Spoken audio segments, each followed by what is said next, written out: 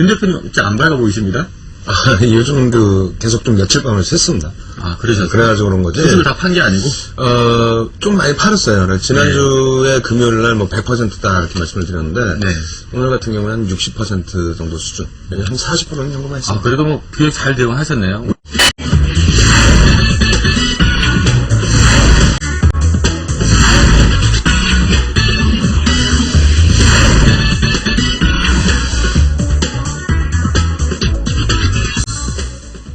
그래서 우리 윤정도 대표님은 또 어떻게 생각하시는지, 환율 좀 안정될 걸로 보시는지 어떻게 보십니까?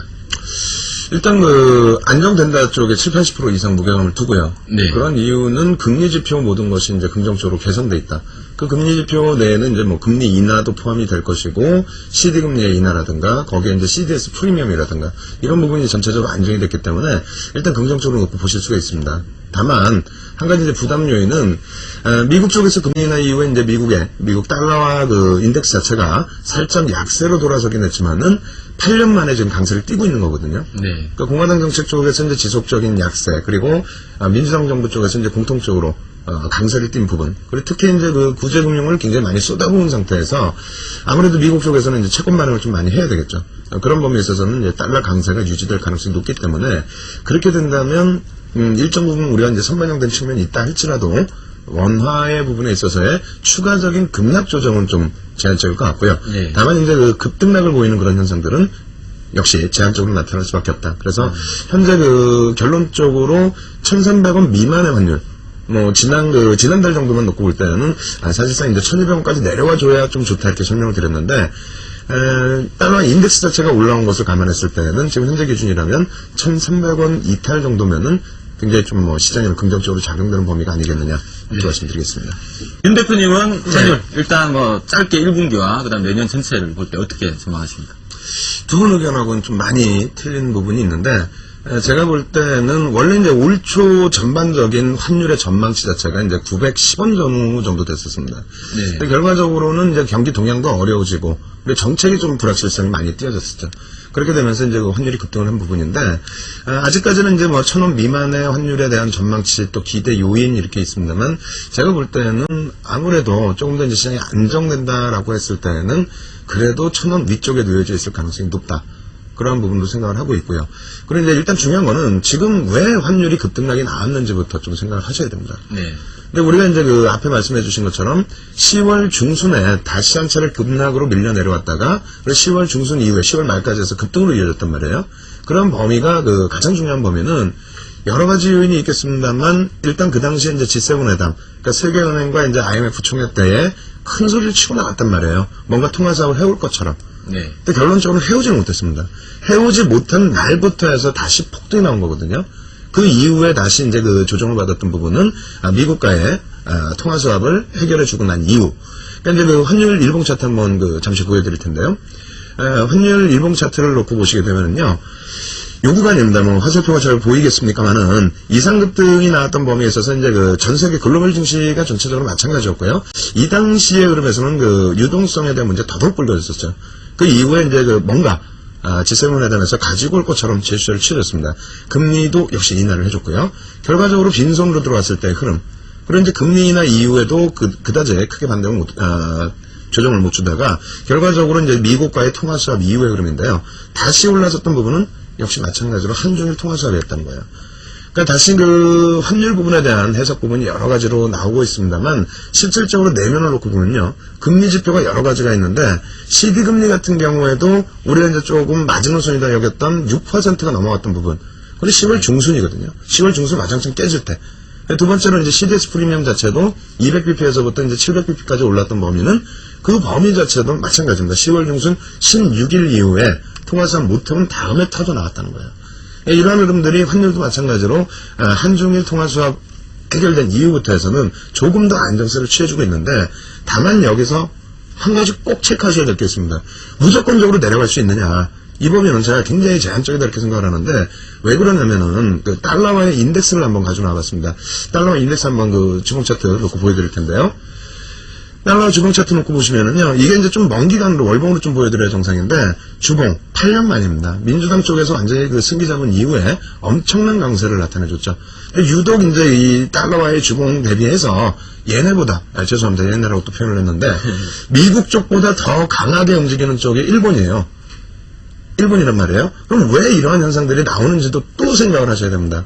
미국 쪽은 정책적인 기조인데, 지금 당장 채권을 발행하지 않는다면은, 굉장히 미국 정부 자체가 힘들어진다는 거예요. 일본은 그러면 왜 엔화가 강세를 띠느냐. 안전자산에 대한 선호도도 있습니다만 또 한 가지도 있습니다. 일본 쪽에 대해서 캐리 자금이라는 것은 금리의 격차 때문에 움직이는 부분이 되는데요. 글로벌 시장에서 금리 인하를 전체적으로 똑같이 끌고 내려갔다는 거예요. 그러다 보니까 캐리하고의 차이가 엔화하고의 차이가 없지 않습니까? 그 부분에 대한 상환 부분들. 이런 것을 전부 감안했을 때, 그래서 달러 강세 기조까지 감안했을 때는 지금 현재 범위 자체, 오늘 굉장히 재밌는 뉴스 내용이 잠깐 나왔었거든요. 뭐라 나왔냐면은 지금 환율을 기준 잡았을 때 우리나라 지수는 1300포인트대 초반이다. 그렇다면은 통화에서 끝내놓고 금리 지표 다 바뀌었기 때문에 그렇다면 마찬가지로 지수 자체도 1300포인트 초반인데 그 범위에서 좀 저는 예상치를 낮게 보는 이유가 달러가 강세를 띈다는 이유는 왜 포함을 안 시키고 그리고 미국 증시가 10월 14일 대비해서 내려온 부분은 왜 포함을 안 시키냐는 거죠. 그래서 일단 결론적으로는 환율 지금으로서도 좋다 그래서 아랫방향보다는 이 정도 수준에서 큰 변동성만 없다면 긍정적이겠다 이렇게 말씀드리겠습니다. 일단은 그런데 환율이 일단 12월 달 국제 치고요. 네. 내년도 원달 환율이 지금 이제 그리고 1,500대까지 갔다가 또 1,300원 미만대에서 지금 안정을 찾고 있는 상황인데 이게 이제 과연 앞으로 내년 2009년도만 놓고 본다면 추가적으로 환율이 1,000원대에 좀 가까워질 것인지 아니면 또 오히려 올라갈 것인지 또 지금 수준에 머물 것인지 이 세 가지 꼭 고른다면 뭐를 고르시겠습니까? 기대치이죠. 기대치인데 그 기대치라는 거는 우리나라 자체가 사실상 그 원화의 가치라는 게 한 나라의 국가에 대한 어떤 평가가 될 수도 있는 거예요. 그렇죠. 엄청나게 창피한 겁니다. 1,300원에 놓여져 있다는 사실 자체만으로도. 근데 그 정도로 창피할 정도로 외환장부 부분에 있어서도 단기 외평책, 외채 갖고 나면은 사실상 가단이란 말이에요. 그런 것 때문에 통화수합 얘기가 계속 나왔던 범위고요. 그리고 이제 지금 국가신용 등급 자체도 우리가 2,000포인트 넘고 흥분들 했지만은요. 2,000포인트 넘을 때 2005, 2007년도에 각 그 신용평가기관에서 국가신용도를 올렸었어요. 그 당시에. 그렇지만 그것이 IMF 이전 수준이었단 말입니다. 결론적으로 그냥 결론 짧게 다시 말씀드린다면은 지금 내년에 환율이 원화가 강세를 띄어야 될 이유가 솔직히 말씀드려서 없습니다. 네. 그게 되기 위해서는 여러 가지 경제 지표 부분들을 우리만 해결되는 게 아니라 좀 더 강하게 세계에서 놓고 봤을 때 긍정적으로 해석될 수 있을 정도가 돼야 된다. 이렇게 말씀드리겠습니다.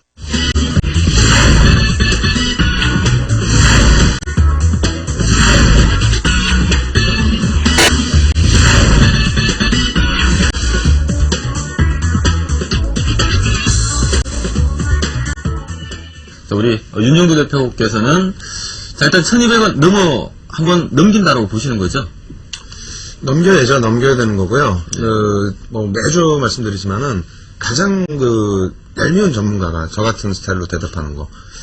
네. 지나봐야 안다 기준인데 지금은 진짜 솔직히 어쩔 수가 없습니다. 눈 뜨고 일어나서 미국장이 좀 밀려 내려가 있으면은 같이 동반적으로 물론 최근 며칠 동안 반대적으로 움직인 거 아니냐 이렇게 생각하실 수 있는데 최근 며칠 동안 미국만 반대로 움직인 거고 나머지 글로벌 시장은 우리나라랑 비슷하게 움직여왔습니다. 어찌됐건 간에 미국 쪽의 흐름도 위로 좀 보고 있고요. 국내 증시도 위로 좀 보고 있다. 다만 지난주에 급락장 속에서 말씀드렸던 내용이 오늘 다 주소 담았습니다. 100%입니다. 이렇게 말씀드렸는데 지금 기준은 또 막 정리를 했습니다. 그래서 60%의 비중이다. 그래서 이제 위로는 보고 있지만은 이제 서서히 조금씩은 줄여야 될 때가 아닌가 이렇게 말씀을 드리겠습니다. 네, 일단 우리 윤정두 대표께서는 일단 1,200은 한 분 그래도 넘겨줄 걸로 지금 보고 있지만 역시 일단 넘어가면은 약간 비중을 좀 줄여나가는 것이 우선은 좋을 것 같다. 또 조정을 대비하는 것이 맞지 않나 이렇게 말씀을 먼저 주신 것 같고요.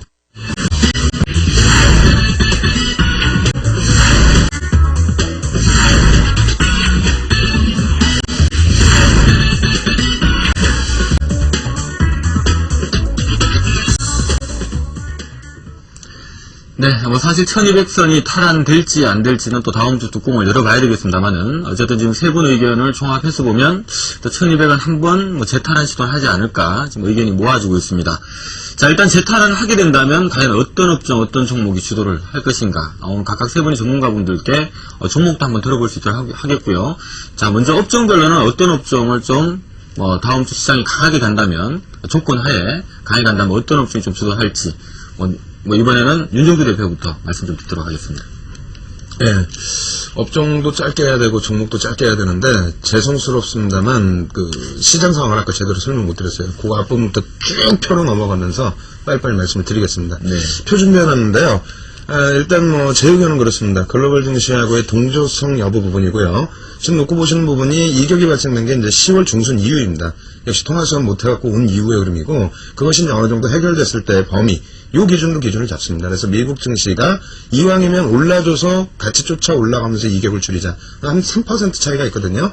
그렇게 놓고 봤을 때 3%다. 1210 정도를 그래서 놓고 보는 거고요. 미국이 올라갈 것이냐 내려갈 것이냐 부분에서는 빅3 자동차 같은 경우는 그다지 문제가 없습니다. 150억 불 때문에 흔들리는 범위가 아니기 때문에 정책적인 부분 놓고 보셔야 되는데 위로 좀 올라가 주지 않을까라는 막연한 기대감을 저는 갖고 있고요. 그리고 이제 국내 증시 같은 경우에 그렇다면은 빅3 문제도 어느 정도 가닥을 잡고 우리나라 기준으로 놓고 볼 때 통화수업도 해결이 됐고 환율도 안정세를 취해주고 있는데 그럼 개파락이 나왔던 1300 부분 놓고 봐야 되지 않느냐. 그 범위에 있어서는 오른쪽 원 위에다 써드린 것처럼 미국 증시가 10월 14일 이후에 6% 정도의 조정이 나와 있습니다. 그리고 환율 부분도 달러 부분에 대해서 달러 강세 때문에 밀려 내려올 수 있는 구간이 제한적으로 보기 때문에 그렇다면 1210선. 그래서 지금 기준에서는 사실상 종목별로 그렇게 접근하시기가 그렇게 좋지는 않아요. 다시 얘기해서 지금 가장 안 좋다라고 평가를 했었던, 그러니까 9월, 10월이죠. 9월, 10월에 시가총액 2위 종목을 일주일 만에 무슨 50% 가까이 밀고 내려갔단 말이에요. 포스코를요. 그렇게 되다 보니까 철강조선 그때 당시에 가장 안 좋다고 그랬었고요. 그래서 10월, 11월 달 들어서면서부터는 또 은행과 건설이 가장 안 좋다고 그랬죠. 근데 이 두 업종이 어떻게 되어 있냐면 철강과 조선이 바닥 대비해서 시가총액 2위가, 그리고 또 시가총액 3위였던 현대중공업이 보통 60에서 80%, 100%까지 올랐단 말입니다. 네. 그다음 건설, 조선 안 좋다고 그랬지만 마찬가지로 똑같이 치고 올랐어요. 그렇다면은 지금 나머지 있는 종목군에서는 제 판단할 때 앞에서 다 말씀을 해주셨는데 순환성이 돌을 수밖에 없습니다. 완전하게 시장 추세 돌려지기 전까지는 순환성이 돌면서 키높이를 맞출 수밖에 없다. 그렇다면 그 범위에서는 현대차 부분, 바닥에서부터 가장 못 올라온 범위인데요. 차트 두 개 놓고 보면서 설명드리겠습니다. 먼저 이제 그 차트 첫 번째 거, 이거 하나금융주인데 지난번 거에 대한 설명이고요. 이건 나중에 이제 카페 가서 보시고요. 두 번째 거 이제 현대차 L봉 차트인데 10월 15일까지예요. 우리나라 급락 나오기 전에. 그렇게 됐을 때 시장 대비해서 오렌지 색깔 선이 시장입니다. 시장 대비해서 상대적으로 IT와 자동차 방어를 했죠. 손뼉치고 좋아하고 이 종목이 가장 좋다. 이렇게 얘기할 때고요. 오히려 철강조선은 매도해야 된다. 이런 의견이 지배적이었을 때입니다. 결론은 어떻게 됐냐면요. 두 번째 차트 놓고, 지금 두 번째 차트 지금 못 보여드리고 넘어갔는데 다시 보여드리게 되면은 결과적으로는 여기서 괜찮습니다 했던 종목은 무너져버리고요. 조선철강은 날아가 버리고. 다시 얘기해서 순환성으로 보시고 지금 당장 바닥에서 못 움직인다고 해서 현대차 또 IT 쪽을 손가락질하기보다는 순환성 있는 부분에 있어서의 반등 부분 충분히 나올 수 있다. 그래서 목표 주가 라인도 좀 높게 잡아드렸으니까 그 부분에서 시청하시면 될 것 같습니다. 네, 제가 시간 관계상 길게 지금 설명을 드리기가 좀 힘든 상황인데요. 우리 윤정두 대표의 또 우리 와운의 카페에 들어오시면 지금 현재 현대차에 대한 투자 포인트 자세하게 설명 나와 있으니까 좀 참조를 해주시고요. 주말에 강연 일정 좀 잡혀 있는 건 없으십니까? 예, 일단 내일이 무료 강연회가 있습니다. 그래서 이제 지난번에도 한번 했었는데 성남에 있는 상공회에 있습니다. 근데 이제 그 위치는 분당 이매역이고요. 상공회의소에서 이제 2009년도에 좀 알아보셔야 될 업종과 그리고 ELW 기초 강좌를 좀 준비를 했습니다. 그래서 무료 강연회니까 좀 오실 수 있는 분들 많이 참여 부탁드립니다. 네.